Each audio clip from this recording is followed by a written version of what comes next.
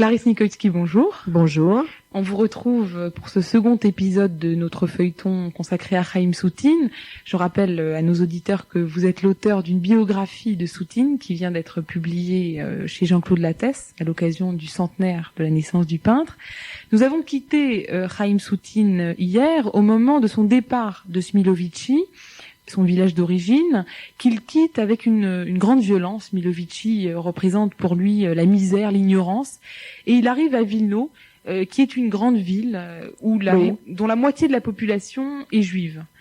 Oui, la moitié de la population, peut-être plus. Je ne sais pas exactement en statistiques ce que ça représente, mais enfin, on l'a dit 100 fois et je m'excuse de le répéter, c'est la Jérusalem de Lituanie, Wilno. C'est-à-dire que c'est la grande ville de la pensée juive à ce moment-là. Et Soutine est inscrit aux Beaux-Arts. Ça va être déterminant à plus d'un titre. D'abord, Soutine va découvrir les femmes à Wilno. Alors, il semblerait que ce soit un jeune homme très timide, qui se considère plutôt comme quelqu'un de laid. Alors là, bon, vous savez bien que le jugement, laideur, beauté, c'est très subjectif. Moi, je trouve qu'il est beau. Je suis assez d'accord. Et la plupart des femmes, d'ailleurs, qui l'ont connu, ont partagé ce point de vue.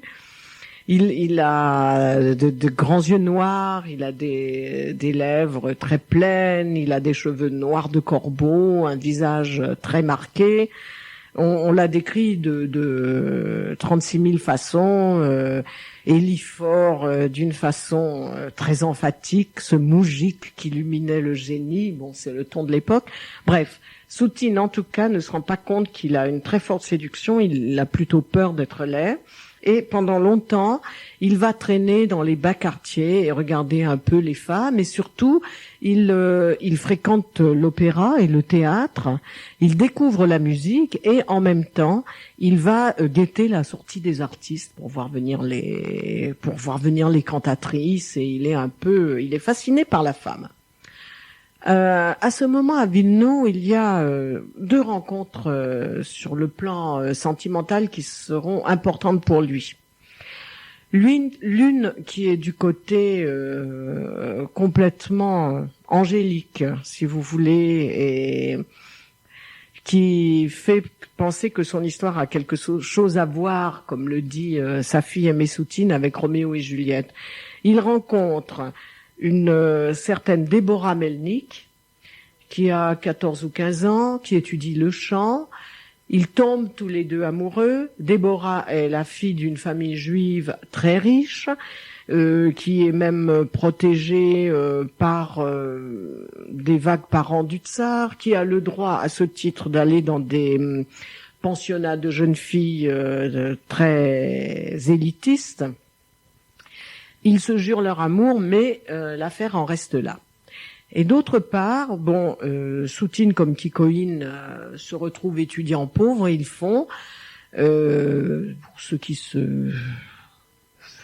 s'est fait pendant très longtemps, c'est-à-dire qu'ils vont le vendredi soir, donc le Shabbat, à la synagogue, et puis ils attendent à la fin de l'office d'être invités. Et ils sont invités. Et ils sont invités chez le docteur Raphaël Kess. Et ce docteur Raphaël Kess est généreux le Shabbat. Il faut bien le dire. Qu'il est généreux surtout le Shabbat.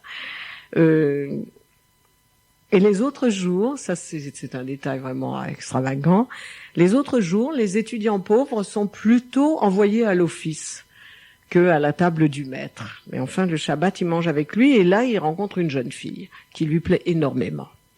Et il a envie de se déclarer, et il n'ose pas, et il essaye, et le temps passe. Et les parents voient ça, curieusement, d'un assez bon œil. Les parents Raphaël Kess, le mariage avec ce jeune homme, parce qu'il semble qu'il discerne chez lui un grand talent. Et la mère de la jeune fille, un jour, prend un appartement, le meuble, et lui dit, eh bien, voilà, j'ai meublé un appartement, tu vas pouvoir prendre époux. Et la jeune fille lui dit, oh, mais c'est Jeff qui va être content. Elle dit, comment Jeff? Mais c'est Chaim. Eh bien non, C'était Jeff. C'est-à-dire qu'il a tellement attendu que cette jeune fille a accepté les avances d'un autre jeune homme. C'est la première grande déception amoureuse de Soutine. C'est la première grande déception amoureuse de Soutine, qui sans doute était amoureux de cette jeune fille, mais qui aussi voyait là un moyen d'entrer dans une classe bien supérieure à la sienne.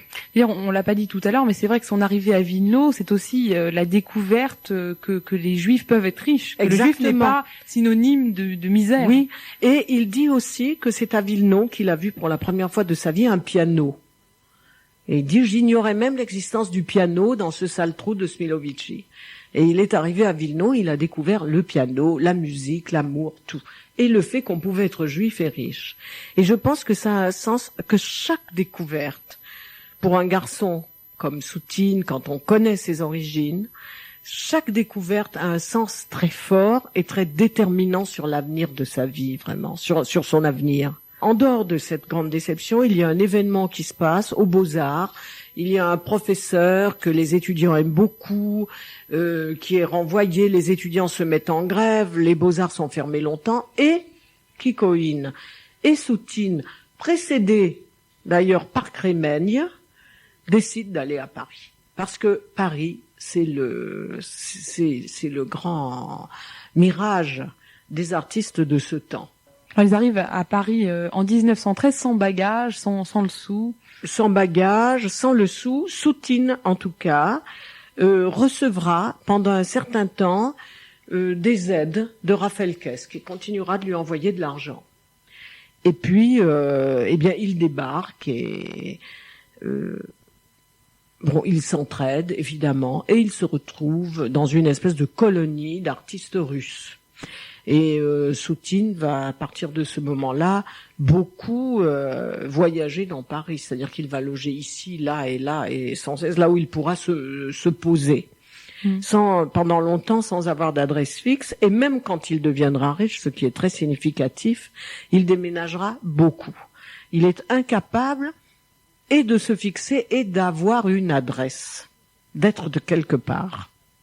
Alors il bouge beaucoup, mais il habite notamment à La Ruche, puis à la Cité Falguière, qui sont des maisons dans lesquelles habitent de nombreux artistes immigrés. Absolument. Entre autres, évidemment, à La Ruche, il y a Chagall. Il y a la relation entre Chagall et Soutine n'est pas passionnée, c'est pas une grande amitié. D'abord parce que je pense que la peinture de Chagall ne peut pas séduire Soutine. Ils peuvent s'estimer, mais ils ne peuvent pas être séduits l'un l'autre par la peinture du voisin. C'est pas possible. Mais au-delà de ça, je crois qu'il y a une relation avec le passé qui est nostalgique pour Chagall et qui est de rejet pour Soutine, qui est absolument incompatible. Absolument, c'est absolument incompatible, et ça se traduit dans les thèmes traités. Chagall traite avec nostalgie et poésie, et de manière très tendre, les thèmes juifs de Russie, les thèmes de son enfance, tandis que pour Soutine, la tendresse est complètement déchirée. Elle est agressée sans cesse, en lui et dans ce qu'il fait. Alors à Paris, il rencontre aussi Modigliani, qui lui voue une grande affection, vous le rappeliez hier. Et d'ailleurs, on a l'impression que Soutine est un petit peu ingrat envers Modigliani. Oui, alors c'est vrai. Soutine, de toute façon, c'est quelqu'un d'extrêmement malheureux. Donc on ne peut pas porter de jugement sur Soutine en oubliant que c'est un être qui a été toujours malheureux.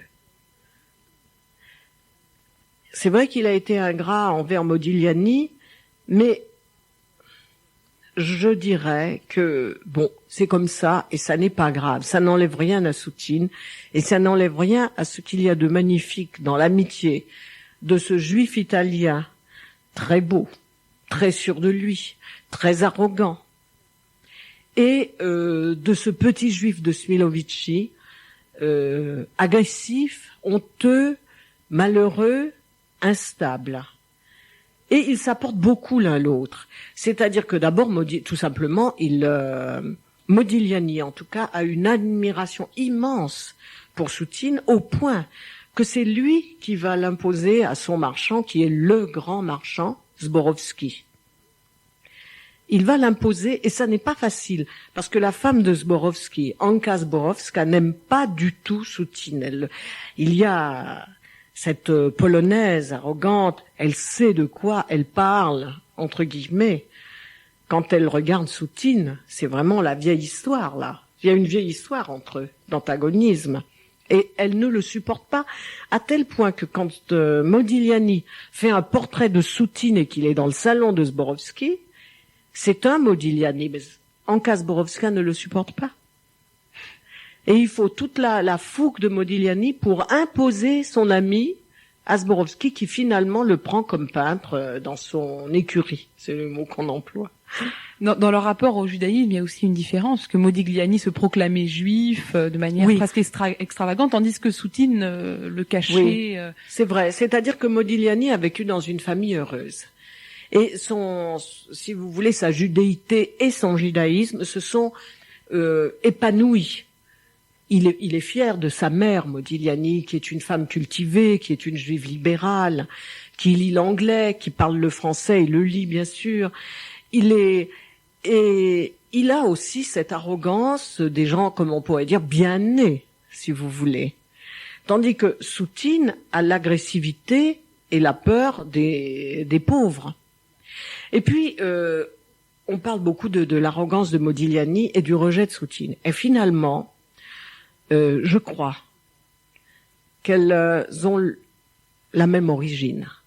On vante les mérites de la France à cette époque, et c'est vrai que la France est un creuset extraordinaire, qu'elle attire tous les artistes, que tout est possible à Paris, à Montparnasse. Mais il ne faut pas oublier que quelques années avant, il y a eu l'affaire Dreyfus, et que les traces existent encore.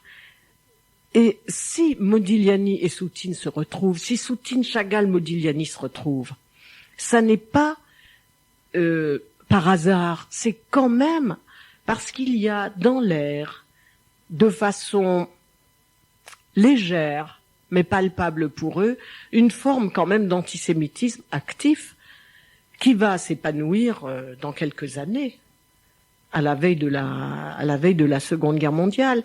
J'ai trouvé ici, dans le journal de Julie Manet, qui est la fille, Julie Manet est la fille de Berthe Morisot et du frère de Manet. Donc elle a fréquenté tout ce qu'il y avait de mieux en France à la fin du siècle et au début du siècle, c'est-à-dire au moment justement où, à quelque chose près, Modigliani et Soutine vont arriver. Et voilà ce qu'elle écrit à propos de Renoir, le grand, le délicieux Renoir. Elle le cite. « Monsieur Renoir est très gai, tout à fait charmant. Il parle beaucoup avec nous. Ce soir, il nous explique ce qui s'est passé dans l'affaire Dreyfus. On a photographié des pièces qu'on a dû rendre à l'Allemagne avec une lettre de l'empereur qu'il compromettait. Puis on a copié ces photographies perdues depuis par des officiers, dont le colonel Henry, qui a été ensuite accusé d'avoir fait un faux. Donc déjà, il a une position. Et puis, on parle maintenant d'autre chose le mercredi 2 août. Tout le monde va à Paris. Arsène Alexandre, Vollard et le neveu de Monsieur Renoir viennent dîner. On parle de Gustave Moreau. Arsène Alexandre, qui a fait un article des plus élogieux sur lui au moment de sa mort, veut le défendre, en disant que ce qui est dans sa maison ne ressemble en rien à ce que l'on voit au Luxembourg. C'est de l'art pour juif, conclut Monsieur Renoir. Quelle juste définition de cette peinture. Autre exemple de Monsieur Renoir, toujours. C'est aujourd'hui que commence le procès Dreyfus à Rennes. Ils vont enfin l'avoir, les Dreyfusards, leur révision qui ne servira qu'à faire un peu plus de mal à notre pays. Que ces Juifs sont forts. Bon, ça c'est ce qui se passe dans un milieu que fréquente Madame Berthe Morisot, Renoir, Mallarmé, etc. Bon, donc on peut imaginer les raisons qui font que des gens comme Modigliani, Soutine, Chagall, malgré leurs différences, Kikoïne, Crémeigne, etc., se rassemblent et se retrouvent quand même. Clarisse Nikolski, merci.